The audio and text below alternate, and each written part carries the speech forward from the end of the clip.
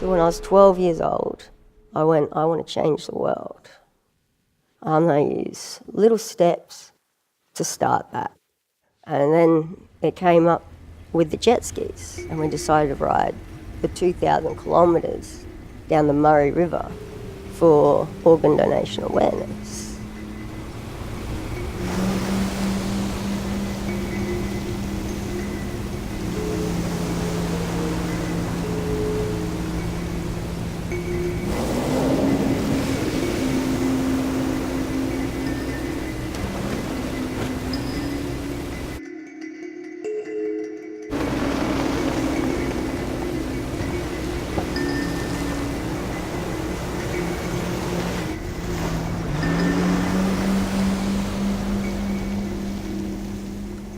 It took me 7 weeks.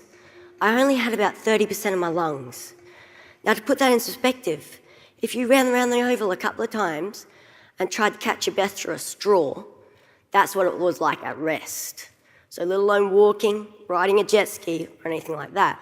I did this for organ donation, as that was the new thing to me.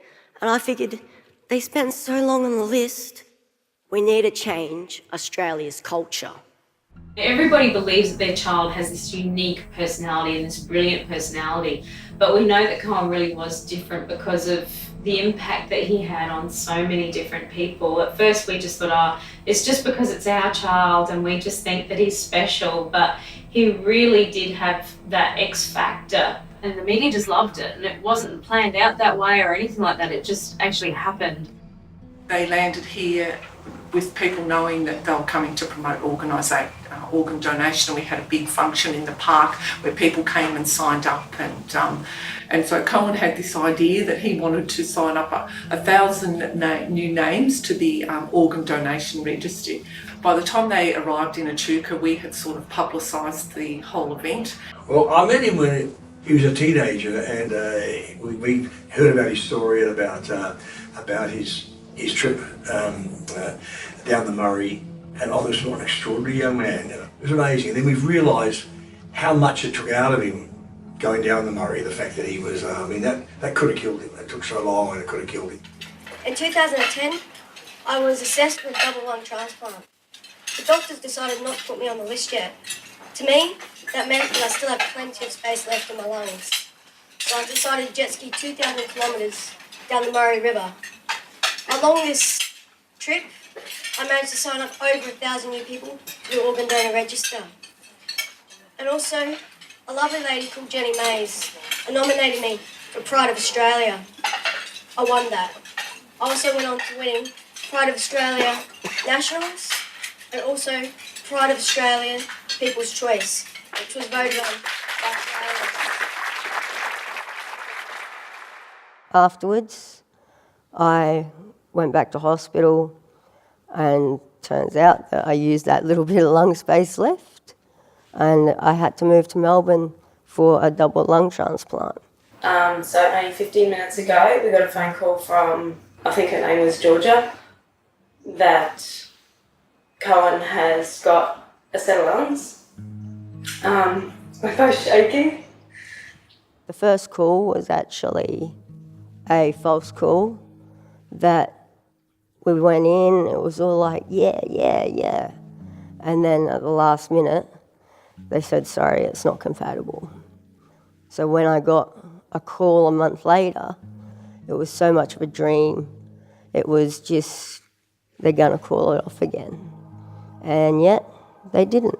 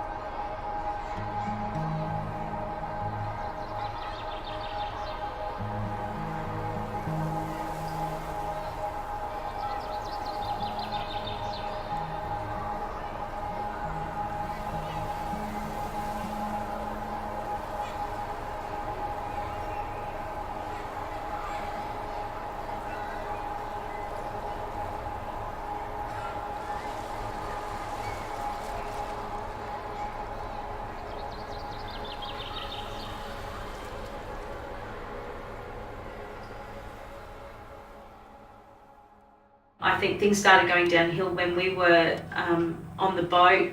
By about 2 o'clock in the morning, we heard noises up in the saloon area. We went up to go and investigate, and it was Coen.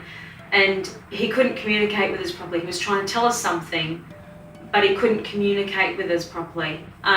We did his blood sugars, they seemed fine, everything seemed fine. It was just, something was really, really not right.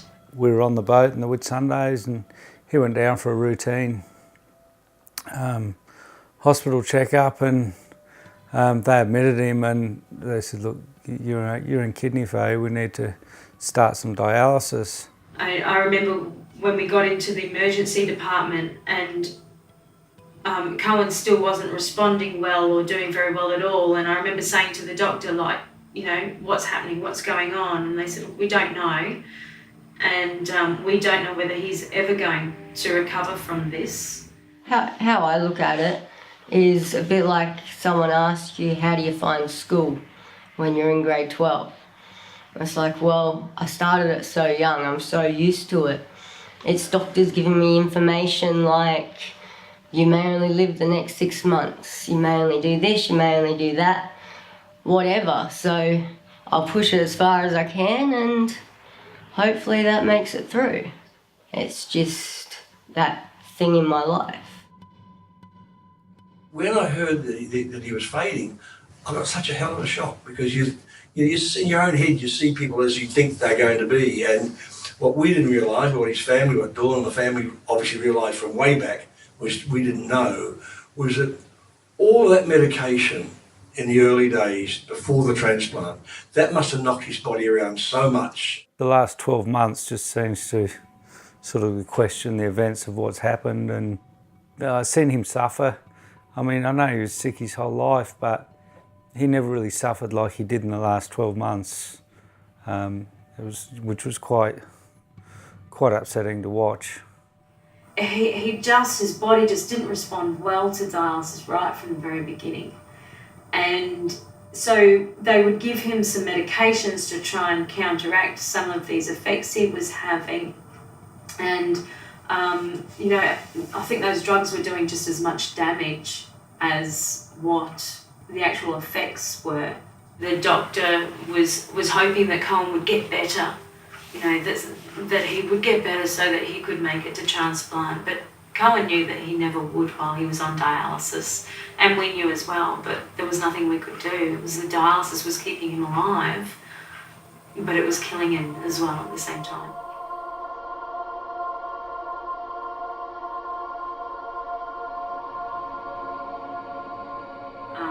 When at 10 o'clock the doctors came in, and they said, oh, can we talk to you outside? And I said, you're okay, you know. So I went outside, and they said, Dawn, they said, Coen's dying. And I was watching his heart rate and stuff, and it would go up to 120, and then it would slowly drop down, and I saw it drop from 15 to 14, and that's when it started to really kick in. And then I started standing by his side, and I didn't really expect it to happen so soon, but he didn't breathe for he didn't breathe at all. And I was sitting there going, come on, Coen, take a breath, and he just didn't. I'm glad it happened quickly.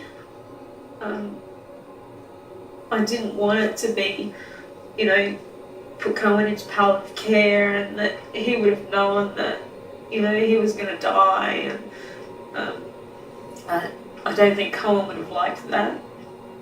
So I think it went the best way it could. The last thing I said to Coen was, Coen, it's been an honour to be your mother. That's the last thing I ever said to him. And it has.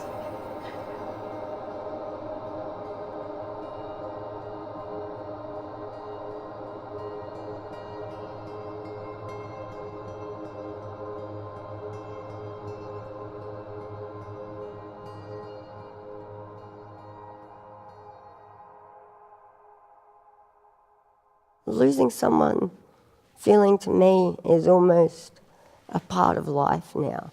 Our world is so much different.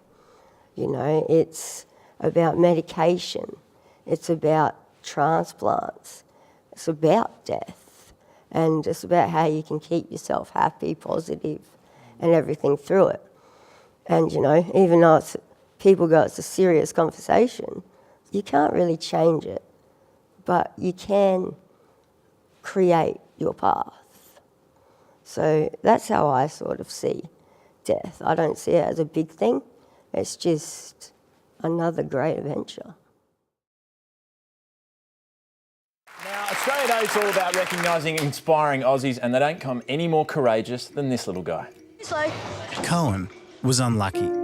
Coen Ashton epitomises the Child of Courage Award. A young man so determined to make a difference. Who's continued to overcome some incredible hurdles. This brave boy kept up his sunny zest for life. Coen, in my eyes, was a young superhero. The kid was absolutely fearless. He wasn't afraid to talk to anybody. There was no hierarchy in Coen's eyes. He was so genuine, it was incredible. And he was just such an advocate, you know, and because you could see him living proof that here's a boy who'd been in such terrible situation, and he just, you know, struck a chord in everybody that he met. Yeah, Coen just had a positive attitude to anything, no matter what got handed to him. Yeah, nothing got him down. He was just, yeah, very special. You know, he just knew his own story, and he wanted to instill it into other people that they can do whatever they wanted to do. And it would be nice if people could remember him for that, because that's what he wanted to do. There's nothing about Coen that was depressing. When he looks at people, at faces, he doesn't see, he just sees a new audience. I think Coen taught us so much. You know, it was almost like he's some sort of god that had been brought down to earth to teach everybody something. And we were just the lucky ones who happened to be his parents. He said, I'm not going to be around forever, so take on my passion, and even when I'm not here, just always, I will always be with you. So just keep that in your mind and always make good choices.